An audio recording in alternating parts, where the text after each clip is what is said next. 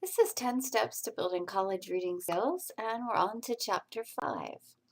Now, we started with talking about main ideas, and then we went to supporting details, and we're going to go back to main ideas. And what we're going to look at this chapter is where to find the main idea in the paragraph. There's different places you can find it. Typically, it's usually at the beginning. If not the first sentence, maybe the second sentence, but typically it's there. So you would have it, the main idea is often stated in the first or second sentence of the paragraph, and then the rest of the paragraph then supports the main idea with details. So in the last couple chapters, that's mostly what we've seen, the main idea in the beginning and then detail, detail, detail after that. So let's look at an example of this and then find the main idea. Pain can cause aggression. When two rats in the same cage were given foot shocks, they attacked each other immediately. In addition, stronger shocks resulted in more violent aggression. Pairs of various other animals reacted similarly. A stubbed toe or a headache has been known to cause similar responses in humans.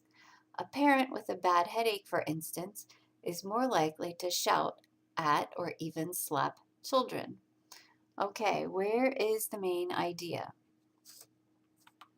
It is the very first sentence. This doesn't have any list words in it, but that's the main idea, and then the rest of that are supporting details. Okay, the next one. It may or may not be in the first sentence, but it's near the beginning. College is supposed to be a place of discovery, but for some students, college can be a place of fear. In the classroom, for example, many students are afraid of appearing dumb in front of their classmates or professors. Such students often try to hide in class by sitting in the back of the room and avoiding eye contact with instructors. Fear prevents them from raising their hands, answering questions, or being part of class discussions. Fear also leads to problems outside the classroom. Worried their peers won't like them, many college students smoke or drink heavily to blend in with the crowd. Let's start at the beginning and see if we can find it. College is supposed to be a place of discovery. Is that the main idea? I don't think so, but let's keep reading. But for some students, college can be a place of fear. I think so. Let's read a little bit more. In the classroom, for example. No, I'm going to stop there because that's giving me for example. So I know that is a supporting detail. So in this particular case, the main idea is for some students, college can be a place of fear. Now, just to give you a hint, that word but is actually a clue word. The first word, the first sentence, college is supposed to be a place of discovery. It's just a general sentence, and then the but hones in on the actual main idea. So this says when the first sentence serves as an introduction, or like I said, general idea, a word like but or however signals the main idea. All right, the second place that it can be, the main idea can be, is in the middle.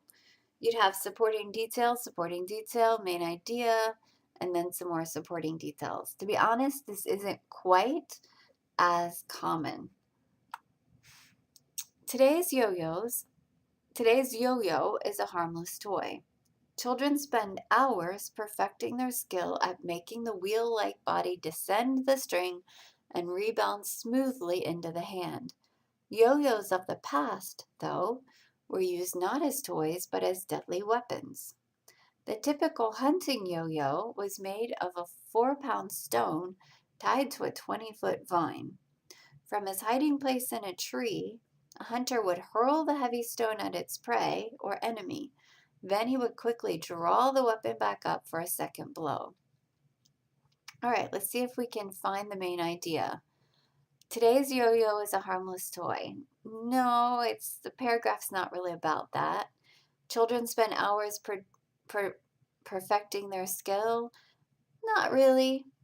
Yo-yos of the past, though, were used not as toys but as deadly weapons. I think so. Let's keep reading and to double check. The typical yo-yo was made of a 4-pound stone. That's going to be a little bit too specific. So let's go back to Yo-yos of the past were used not as toys but as deadly weapons. And then the rest of the paragraph talks about how it was used as a weapon. The one of today's yo-yo being a toy, that's a little bit of background information. All right. So the last part that they can be is at the end. So you have supporting detail, supporting detail, supporting detail, and then main idea.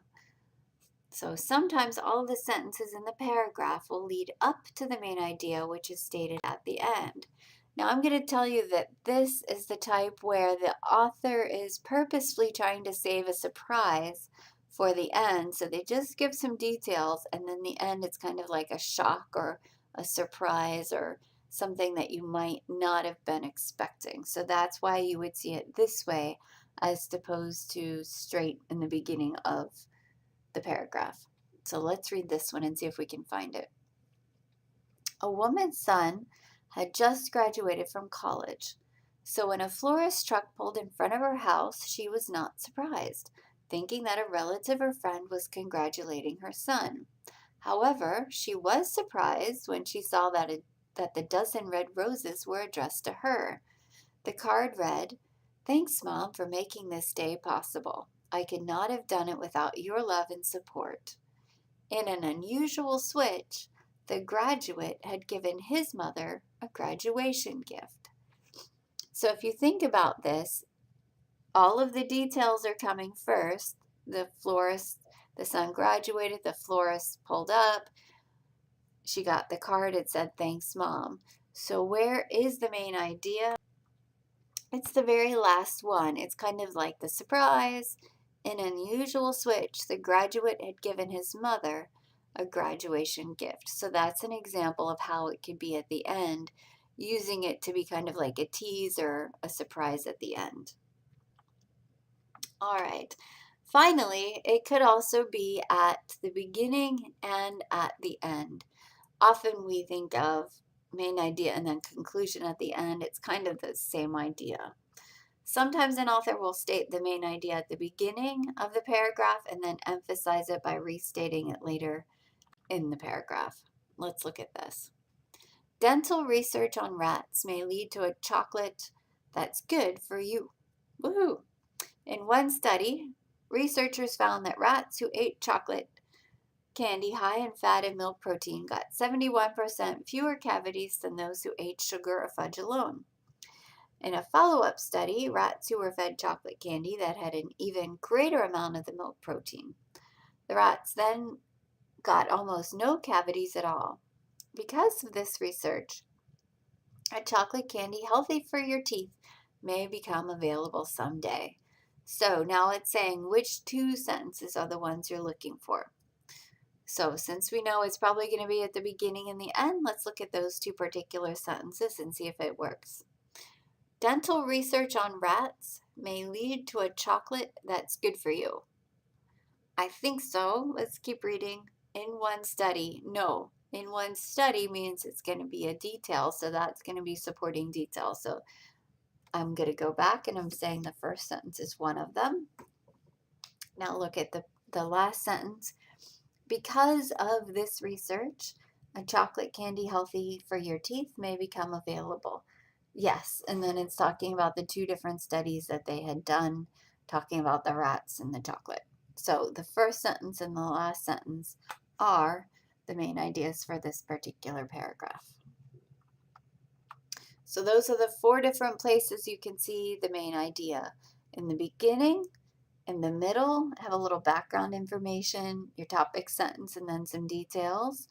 Or you can have all your details and then surprise ending with the main idea at the bottom. Or finally, you could have it at the beginning and at the end. All right, thanks for listening.